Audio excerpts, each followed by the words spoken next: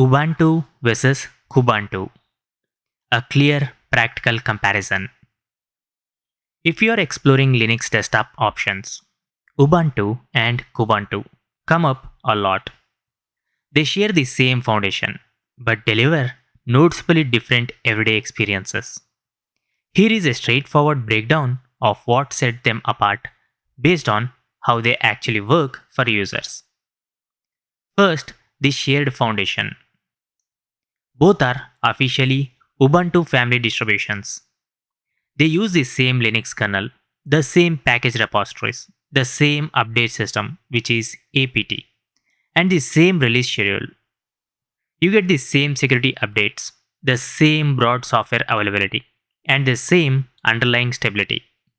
Installing software, managing packages, and handling system updates feel almost identical under the hood.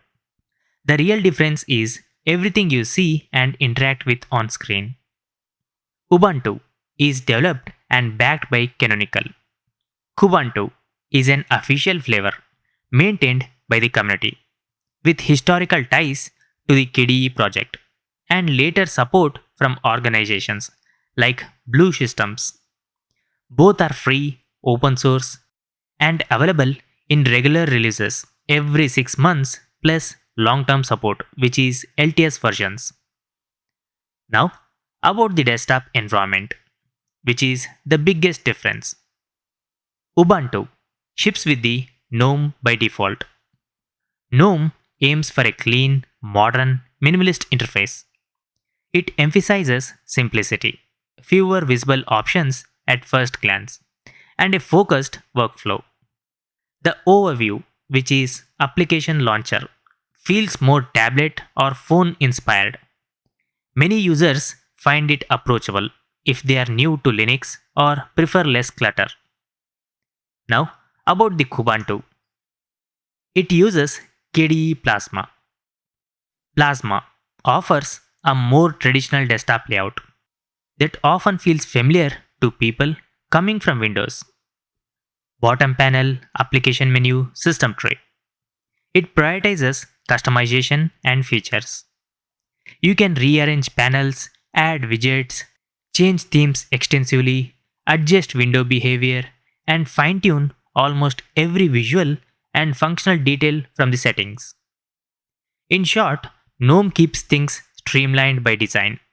Plasma gives you more controls and visual options out of the box. Now, about the default applications and tools. Both include Firefox and LibreOffice. Beyond that, the defaults diverge to match the desktop. Ubuntu leans on GNOME applications like Files, which is Nautilus File Manager, GNOME Terminal, etc.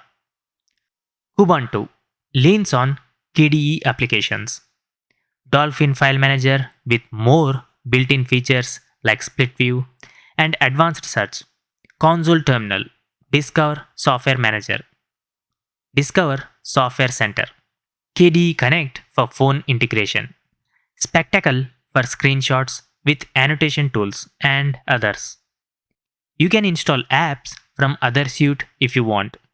They are in the same repositories, but the default shape the initial experience. Now, about the customization, look, and feel. Kubuntu generally wins on out of the box flexibility. Themes, widgets, panels, effects, and keyboard shortcuts are easy to adjust through a comprehensive system settings app. Plasma can be made to look almost any way you like. Ubuntu's GNOME is more opinionated. You can customize it, especially with extensions.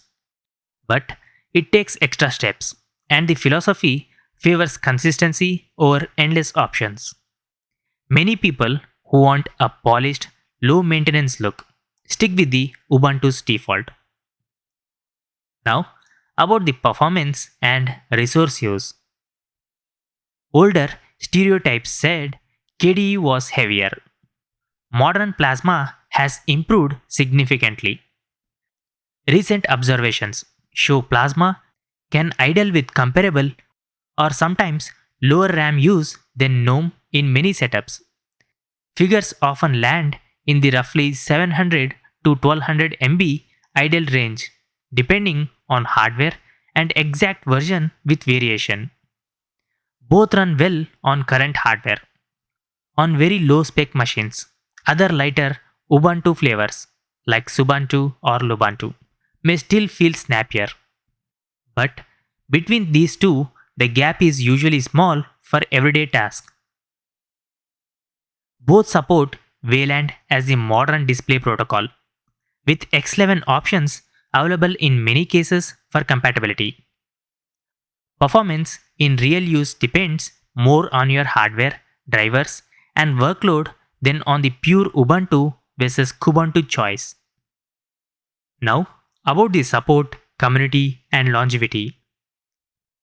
Ubuntu's main GNOME edition typically receives the longest official support window on LTS releases, like 5 years standard, extendable further via Ubuntu Pro for personal use. Kubuntu, as a flavor, follows the Ubuntu cycle, but has historically had a shorter flavor specific support period on some LTS releases, often 3 years for the desktop components, while the shared Ubuntu base continues receiving updates. Always check the exact release notes for the version you are considering. Ubuntu has larger overall community and more mainstream documentation and tutorials. Kubuntu benefits from the active KDE community, plus Ubuntu's resources. Help is available for both. Ubuntu may feel easier to search for general how-tos. So now, who should choose which distro? Pick Ubuntu if you want a simple, modern, consistent experience with less initial setup. If you are new to Linux or prefer fewer decisions about interface layout, and if you value the largest community and longest typical support window, and if you like a cleaner, more minimalist desktop by default. Now, pick Kubuntu if you want extensive customization and a more traditional desktop layout. And if you are coming from Windows and prefer something that feels familiar at first.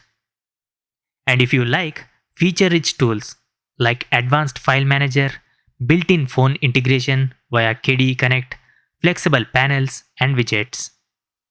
And if you enjoy tweaking the look and behavior of your desktop. Now, about the practical advice for deciding. The best way to choose is to try both. Download the ISO images from the official sites. For example, ubuntu.com and kubuntu.org. Create a live USB and boot without installing. Spend some time opening apps, adjusting settings, browsing files, and seeing which interface feels more natural. Both can also be installed side by side or in a virtual machine for longer testing.